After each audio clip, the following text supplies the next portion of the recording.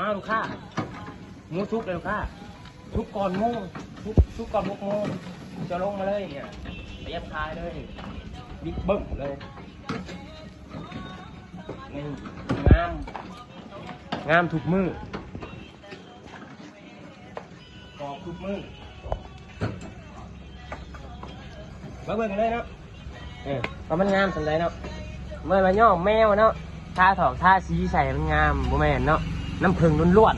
ๆการปรุงแต่งสูตรเฉพาะทั้งอาหารเขาเนาะมาเบิ่งเลยนี่ทำงามอ๋อแบบนี้เลยนี่อันนี้ยังบ่งามไปนี่อันนี้พอข้าวว่ายังบ่งามปานใดนี่เพราะว่าผ้าปินแน่เนาะถ้าตั้งใจในงามกว่านี้ขนาดบ่งามปานใดยังซ้ำนี่เนาะถ้าตั้งใจซ้ำใดเนาะนี่เนื้อมันนี่เลยไม่ได้สะท้อนแสงใช้เอฟเฟกต์ใช้กล้องอันนะกล้องพิซซ่าเขาเอิญนะแมวกล้องอะไรก็กล้องแต่ง350ให้มันกล้องงามบ่มีเลยเนาะกล้องชดนี่เบิ่งกระโต้ข้าเลยดำๆเห็นบ่เห็นบ่นี่เขาจะเอิญมามูงามเนี่ย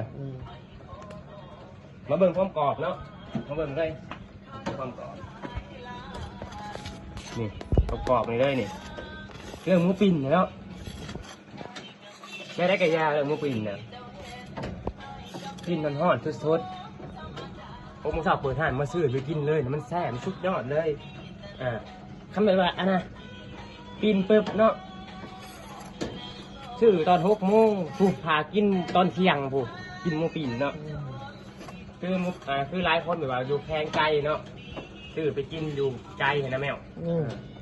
ความแซ่บมันกับเรื่องแซ่บมันก็แซ่บอยู่แต่เฮ็ดได้มันก็บ่สู้สดๆมันฮ้อนเนาะมันก็บ่สู้สดๆมันฮ้อนพอมาเบิ่งความกรอบเลยนี่ทางเสียงนี่เนาะนี่มันใส่อัพฟอกเอฟเฟกต์เนาะใส่หมอกใส่ไม้มันดัง